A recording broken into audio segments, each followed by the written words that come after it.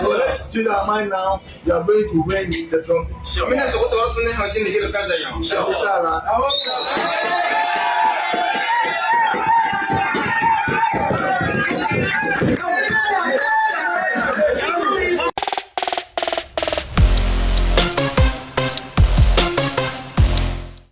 Kwesi Appiah and his Sudan side have come under scrutiny once again. Ghanaians are speaking about the fact that he's probably the one we let go, the one that got away. Kwesi Appiah and Sudan are doing an amazing job. They are into the semi-final of the CHAN, a chance to win it. That would be their first major trophy in a long while. But many are saying Ghana football missed out big. Well, I don't think so. I think that Coach Kwesi Appiah is at the perfect country for what he likes to do with his football. And I'll explain. But as usual, don't forget to subscribe if you haven't. Click on that notification bell to get more updates. First of all, many people seem to have a short memory. I don't know why, but maybe recency bias. I understand the highlight on Coach Kwesi Appiah right now. He's doing an amazing job. He has beaten Ghana with Sudan. He's done super with the Sudan national team. But one thing you guys have to remember, that the dynamics of coaching a country like Sudan and that of Ghana are quite different. The pressures of coaching the Ghana Black Stars, the politics involved in the Ghana Black Stars, they are quite different from Sudan. Let me explain. The Sudan national team hardly ever expects anything much.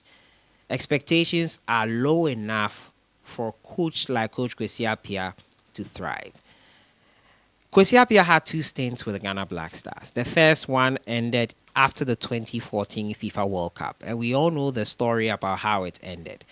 There were some altercations in the backroom staff. There was some back and forth with players, including Kevin Prince Boateng. There were issues with respect to authority. There were issues with confrontations due to monies not being paid on time. Sule Ali Muntari got into it with some Black Stars backroom staff. Kwesi Appiah found it quite difficult to control the big boys in the team. It was a situation where also he did not have the full reign to do as he pleased. So many people were involved, too many chefs in the kitchen, trying to control who he selects, trying to control who he can call up. He was not giving free reign to operate.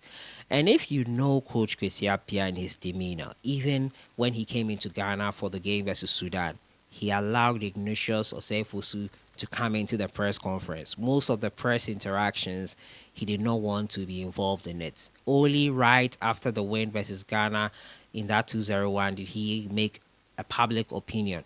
He likes to be in the background and likes to work his things using free reign that he's giving. From Sudan, he gets that. He has told them what he needs to be able to deliver for them. And they, being in a position where they've seen Kwesi Appiah do something amazing with them and their local team in the past, have nothing to lose. Ghana, on the other hand, could not afford to do that with Kwesi Appiah. Many people undermined his authority during his first stint.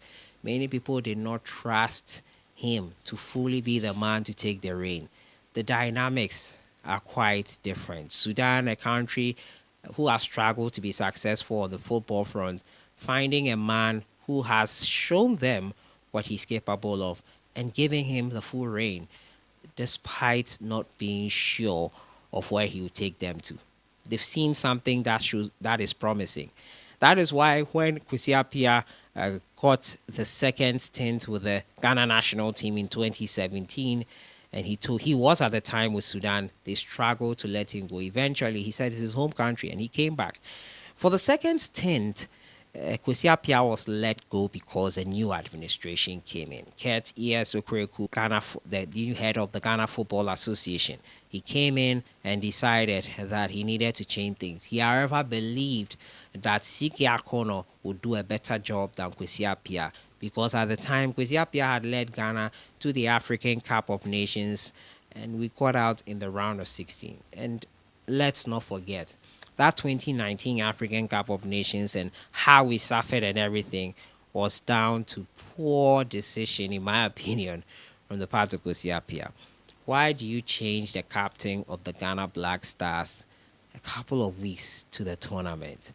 The agitation, the division that decision caused, in my opinion, was our undoing in that tournament.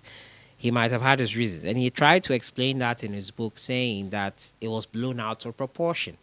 But, coach, what did you expect at the time? The politics, the divisions, the way everyone wants to be involved in some form of decision making with the Ghana national team is one of the reasons why Kwesi Appiah would never have worked. And mind you, he was getting us results as well. But people will complain about the style of play. They'll complain about how he was doing it rather than the end results. However, with the Sudan national team, that is never or really never going to happen. They only care about winning and they really don't care about the how. They want to win because they have not been in this position in quite a while. So it will be well suited for someone like Coach Kwesi Appiah, who also likes control, but to do it in a reserved manner. Kwesi Appiah will not be confrontational. He hardly ever is. He will be much more reserved and would want to have control. He'll never have that in the Ghana national team. It will never happen. Yeah, the toughest of coaches always make it look like they have it, but then when they get out of the position, they tell us that the Black Stars politics and the control and the suggestion of players was a bit too much to work with. In any correct coaching system, everyone has their style. And Kwesi Appiah with the Ghana national team had his style. The style which many people would not have liked. The way Ghana plays and the talents that we have, many Ghanaians feel we should be playing a certain, entertaining way. Sudan don't do that. They are an underdog team normally. And probably that is the best way of style of play that a coach like Kwesi Appiah would thrive with. Low expectations and then deliver the highest possible way. Can Ghana condone that? I don't think so, especially with the quality of players we have. Many people want a system where you control and entertain mostly from start to finish. Can Coach Kwesi Appiah deliver that for Ghana? I doubt it. He had 2 stints. We didn't see that. Yes, we saw him dominating other teams, scoring goals, but then there was always that thought that with this team, he should have been doing more. Kwesi Appiah is an amazing coach. He has an eye for talent. He brought in Caleb Kuman. He identified a lot of talent, gave a lot of youngsters opportunity. He gave the opportunity to Kudus Mohammed, Christian Achu. He has an eye for talent like no other. But Ghana, with our system and our operation with the Black Stars, and also coupled with a lack of patience and a lack of understanding of his style of play or appreciation or whatever for his style of play, it would never have worked. He can get a 3rd stint right now. The interference in call-ups, the lack of control he will not have, and so many other factors will make it difficult for him to thrive. So yes, Kwesi Appiah is in the right place for his coaching abilities. He's getting the full control. He's getting the free reign he wants to implement what he wants to do with the Sudan national team. They might go all the way and win the trophy. They might not.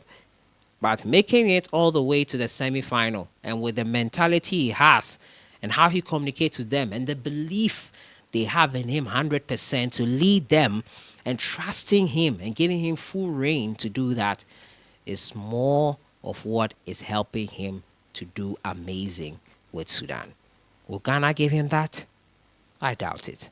But let me know what you think in the comments box on this Kwesi Appiah talk. Is he better or would he thrive with Ghana right now? Or you think he's where he is perfect for him? And that no matter how many times he comes back to Ghana, it might never really work out. I'll see you guys in the next one. Enjoy the rest of your day.